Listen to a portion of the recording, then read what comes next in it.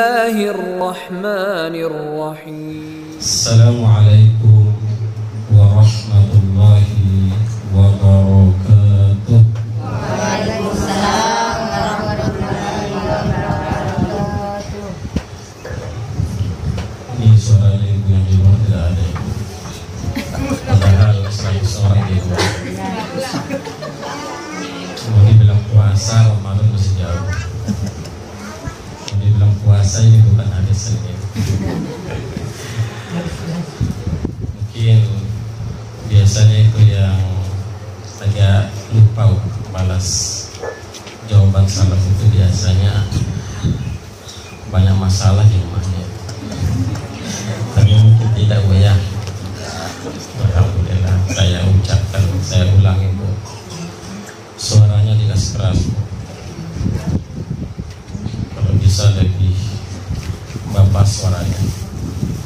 Masa mau lagu dangdut suaranya nyaring. Nanti kalau ucapkan salam, kenapa suaranya kayak orang mau sakaratul maut. Assalamualaikum warahmatullahi wabarakatuh. Waalaikumsalam warahmatullahi wabarakatuh. Ini kalau jumlah suara ini kira-kira 999,9 satu lagi baru 1000. Jadi harus kasih 1000. Salah-salah ini tak gantung suaranya.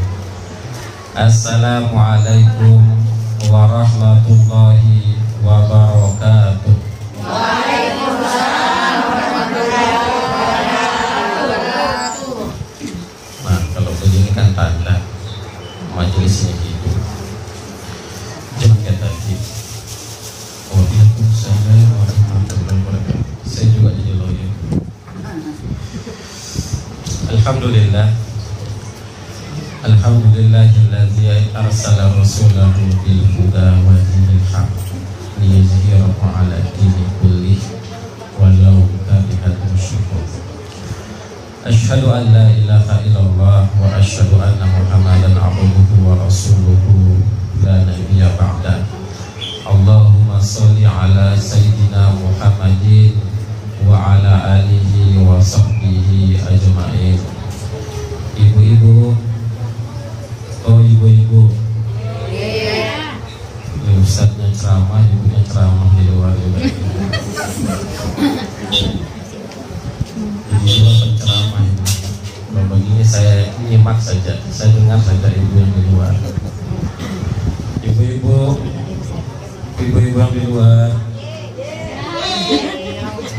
Nyabut, Bu. Dengar sebentar, Bu. Saya biasanya ceramah lama, sejam 2 jam. Tapi kalau ibu juga ikut cerita, gaspol 5 jam ini. Siapa yang keram di sini? Siapa yang kambuh asam uratnya nampak nanti? Sebelumnya saya sampaikan kenapa saya bawa ini, Bu. Kenapa saya bawa tas? Ini biar tidak terjadi seuzon. Jangan ada yang modis. Kan seperti itu, Bu. Kuedos. Saya juga bawa air, Bu. Saya agak trauma sih kalau di undang-undang itu, Bu. Biasanya agak lambat itu airnya, Bu. Jadi ini air, ini tenggorokan sudah kering, kipasnya sudah laju, jadi tanpa, Bu. Airnya lama keluar. Jadi saya belajar dari pengalaman, lebih baik saya bawa air sendiri. Lebih aman. Saya sengaja bawa ini, Bapak Ibu. Ini tujuannya adalah untuk mempublikasikan kegiatan-kegiatan dakwah atau kegiatan penyuluh agama Islam, khususnya di Kecamatan Baulan. Saya punya channel dan ini kita ditekankan juga, Bu. Saya tidak pamer, saya cuma kasih tahu kalau ada data. Cari di YouTube MS Muhammad Solehan, sedikit di subscribe. Ustaz, sedikit. Kenapa susah sekali terbuka Ustaz? Jelas susah karena ibu tidak ada data. Jadi sebelum masuk di YouTube periksa dulu data. Ustaz pakai wifi kenapa susah terbuka Ustaz? Jelas susah, mati lampu. Jadi sebelum itu cek, berbagilah dalam kebaikan. Kata Nabi dua, in ahsantum ahsantum li anfusikum. Kebaikan-kebaikan yang kita lakukan dalam bersifat kita pilih, kita share di Facebook, apapun lah di TikTok, asalkan bukan hal-hal yang tidak diridhoi oleh Allah, itu kebaikan itu akan jatuh mengalir ke kita. Jangan beranggapan bahwa kebaikan itu hanya sekedar pahala saja, tidak. Ternyata ketika kita keluar dari rumah, bisa jadi kebaikan itulah yang akan menjadi penolak bala ketika kita keluar rumah. Kita tidak tahu amalan apa yang membuat Allah ridho dengan kita, dan kita tidak tahu amalan apa yang dapat menahan bala itu menimpa diri kita dan keluarga kita. Makanya Allah perintahkan untuk kita untuk selalulah berbuat baik, selalulah ingat Allah. Kenapa dengan mengingat Allah? Karena dengan mengingat Allah itu Allah ingin jelaskan kepada kita, orang-orang yang ingat Allah itu adalah orang-orang yang beriman. Ibu-ibu yang di luar, oi ibu-ibu,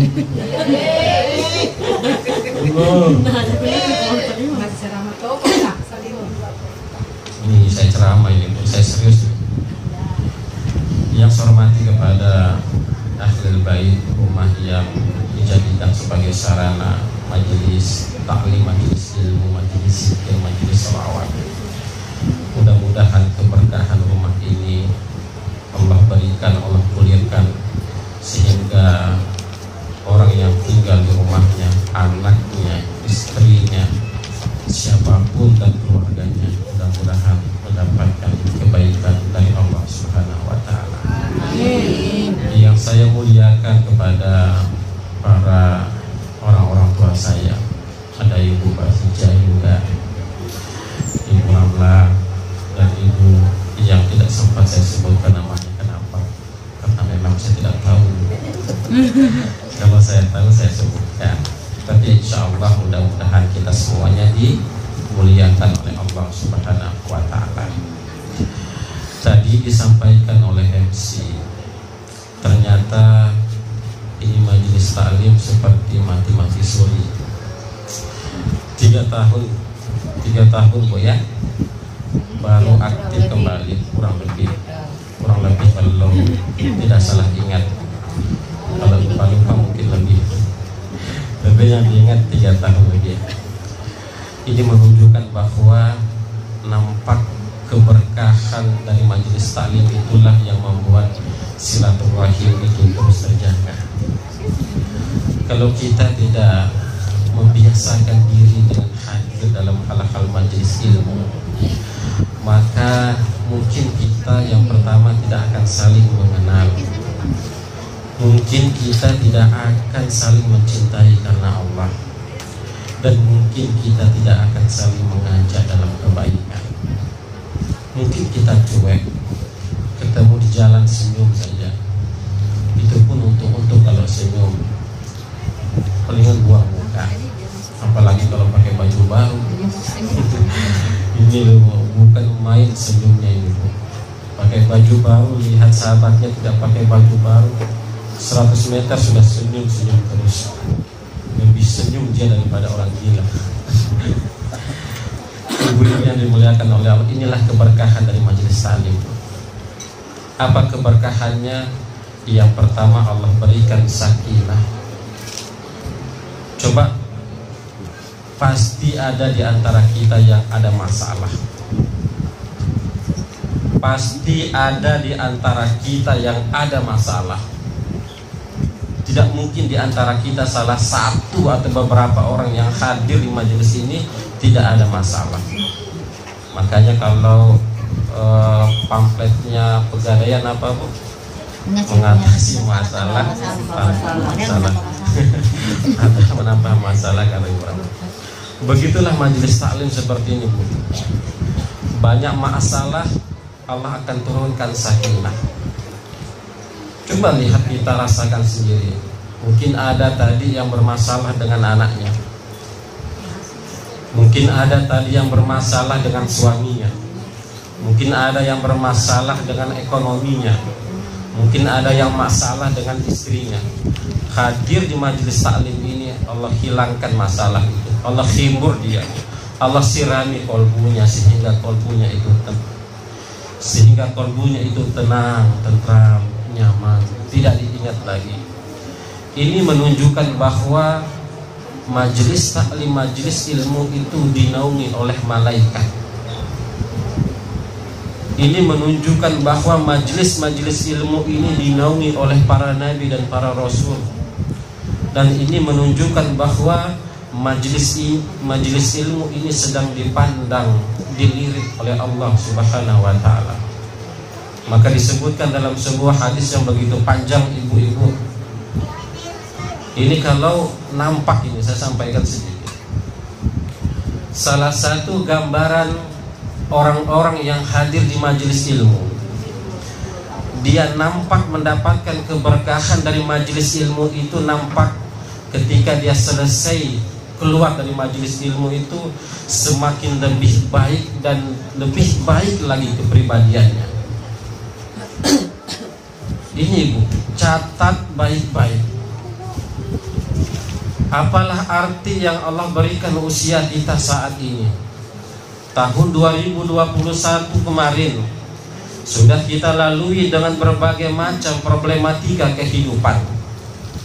Hal semua yang kita lakukan, mungkin ada di antara kita yang agak sombong, mungkin ada di antara kita yang agak congkak, mungkin ada di antara kita yang membangkang kepada suami kita, mungkin ada di antara kita yang selalu mengeluh dan tidak sabaran. Mohon dan mohon, orang-orang yang hadir di majelis taklim itu nampak kalau ketika dia selesai dari majelis taklim, perubahan-perubahan yang semakin jauh lebih baik, semakin lebih taat, dan semakin lebih sabar, dan semakin lebih memahami dengan kepribadian dirinya. Ini adalah golongan orang-orang yang benar-benar disebutkan oleh Nabi SAW, orang-orang yang hadir di majelis ilmu itu adalah gambaran orang-orang yang akan hadir di surga nanti. Mau tidak masuk surga, Bu? Ini ibu yang di luar tidak mau ini. Yakin sekali masuk surga ini. Coba surat wajahnya. Ibu-ibu kalau mau masuk surga, perhatikan semakin lebih baik, bersihkan hati, bersihkan niat, perbaiki nawaitunya. Jangan lukai amal soleh itu dengan niat dunia. Jangan lukai amal soleh itu dengan kita merendahkan saudara kita. Jangan kita nodai amal soleh itu dengan perilaku kata-kata kita. Demi Allah, kalau sekiranya kita mau kita haji berapa kali, umroh kita sering, sedekah kita rutin, qiyamul lail kita rajin, kita jaga sholat kita, puasa kita jaga, Senin Kamis kita jaga. Tapi kalau tidak pandai menjaga lisan, tidak pandai menjaga kolbu, tidak pintar menjaga hati, semua amal-amal yang kita bangun tersebut di sisi Allah dianggap sebagai sia-sia. Betul atau betul? Betul. Ibu yang di luar, betul atau betul? Betul. Nah, ini kalau nggak dipancing, ibu-ibu yang dimuliakan oleh Allah, berarti yang harus kita perbaiki kali ini, karena ini merupakan perdana awal untuk kita bisa meraih yang namanya predikat takwa itu. Makanya kenapa Allah sebutkan haqqa tuqatih wa la tamutunna illa wa antum muslimun. Kenapa? Karena ayat ini sebenarnya menggambarkan Ada orang yang rajin hadir ke pengajian, Bu. Ada orang yang hadir melaksanakan puasa, sedekah, tapi ketika akhir hayatnya, ketika akan menghadapi kematian, ketika sakaratul maut itu menghampiri dirinya, susah dia, tersiksa dia. Kenapa? Ada yang salah ketika dia dalam melakukan amaliyah di antara salah satunya majelis-majelis subuh seperti ini. Mungkin niatnya pamer. Ada sahabatnya di samping, ada sahabatnya bilang, saudaranya di samping kerja apa? Baru ini mahal ini. Demi Allah, perbaiki, bersihkan ini. Kata Nabi SAW, hati itu seperti besi. Ini ibu-ibu ada hati tidak? Ada. Jadi kalau ada yang bilang tidak ada, kaget saya. Berarti kita berada di alam gaib ini. Ibu-ibu, hati itu seperti besi yang berkarat. Tahu besi, ibu? Kalau terkena embun, kena air pasti berkarat. Mau dia kualitas apa itu besi, ibu? Pasti berkarat. Begitulah hati. Maka sahabat datang bertanya, apa resepnya? Wa majila'uha ya Rasul. Ya Rasul, bagaimana cara hati ini supaya bersih? Apa kata Nabi? Sederhana saja, dua saja yang kita lakukan. Perbanyak membaca Al-Quran dan selalulah mengingat tentang hati ini. Hati-hati. Inilah penyakit hati, inilah sebenarnya yang akan menghantarkan kita menuju pintu kesyirikan. Penyakit hati inilah sebenarnya yang akan menghantarkan kita untuk cinta dengan jabatan, cinta dengan dunia, cinta dengan seisinya. Coba lihat tabiat manusia kata Nabi, sifat manusia kata Nabi. Ibu-ibu yang di luar, ibu-ibu ya. Ini karakter manusia kata Nabi, Bu. Saya sampaikan. Sifat manusia kata Nabi. Sifat manusia itu kalau dikasih harta satu gunung, kira-kira nambah atau diam? Nambah. Saya solehah semua kalau begini. Saya tidak yakin saya kalau begini di hadapan saya ini. Dikasih satu gunung emas, nambah atau tidak? Nambah. Ya Allah, masa cuma satu ya Allah? Dikit ya Allah. Nambah ya Allah, dikit lagi. Dikasih dua, nambah atau tidak? Nambah. Berarti siap-siap ya. Jadikan yang kedua ini. Dikasih yang kedua minta tiga. Dikasih tiga minta empat. Seterusnya. Kenapa? Orang yang seperti ini sebenarnya dia tidak mendapatkan, dia tidak merasakan hakikat kebahagiaan yang sesungguhnya. Coba lihat, kejar terus, kerja terus, pencitraan terus. Kenapa? Sibuknya kepada makhluk, sibuknya kepada manusia, sibuknya kepada sesuatu yang ia kejar. Padahal hakikat kebahagiaan itu adalah milik Allah. Dan Allah akan berikan tiket kebahagiaan itu manakala kita semuanya pandai-pandai menyikapi apa yang telah Allah berikan kepada kita. Maka harus yang kita perhatikan adalah ketika kita hadir ke majelis-majelis taklim seperti ini, perbaiki tatanan keimanan kita, Bu. Iman kita yang harus kita perbaiki.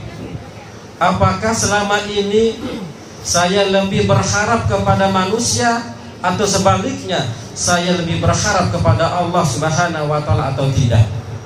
Yakinlah dan pasti kalau kita bersandar kepada sesuatu selain Allah, ujung-ujungnya pasti kecewa. Ini wajah-wajah yang pernah dikecewakan. Apapun yang kita niatkan, Bu, apapun yang kita lakukan, kalau tujuannya dunia, tujuannya jabatan, tujuannya istri, anak, keluarga, pasti akan kecewa. Ustadz, kenapa kecewa? Bagaimana tidak mungkin kecewa? Kalau niat kita sudah salah, niat kita sandarkan kepada makhluk yang bernama manusia, secara tidak langsung sebenarnya Allah itu iri kepada kita. Allah itu cemburu kepada kita, Bu. Allah ingin perhatian juga kepada kita. Makanya kalau kita bersandar kepada makhluk, niat kita dunia dan dunia, coba lihat, pasti kalau bukan kecewa, tidak bahagia. Pasti kalau tidak bahagia, tidak syukur.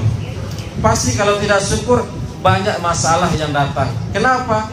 Karena ternyata Allah sengaja memberikan hal itu supaya kita banting setir kembali kepada Allah Subhanahu wa ta'ala. Siapa yang atur rezeki, Bu?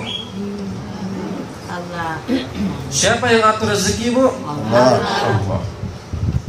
Jadi yakinlah dan pasti kehadiran kita, hidup kita di tahun 2022 ini masih menandakan bahwa masih ada rezeki yang Allah sisipkan, yang Allah berikan kepada kita. Dan jatah rezeki itu belum habis, Bu. Manakala rezeki itu sudah habis, itu tandanya kita sudah game over, mati kita sudah. Maka ini yang harus kita perbaiki. Yakin semuanya Allah yang berikan.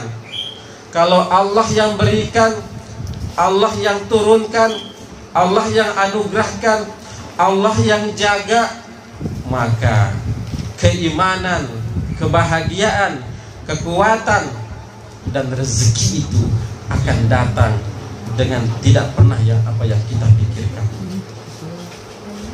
Jangan kita beranggapan rezeki itu hanyalah sekedar materi, Bu. Ibu-ibu,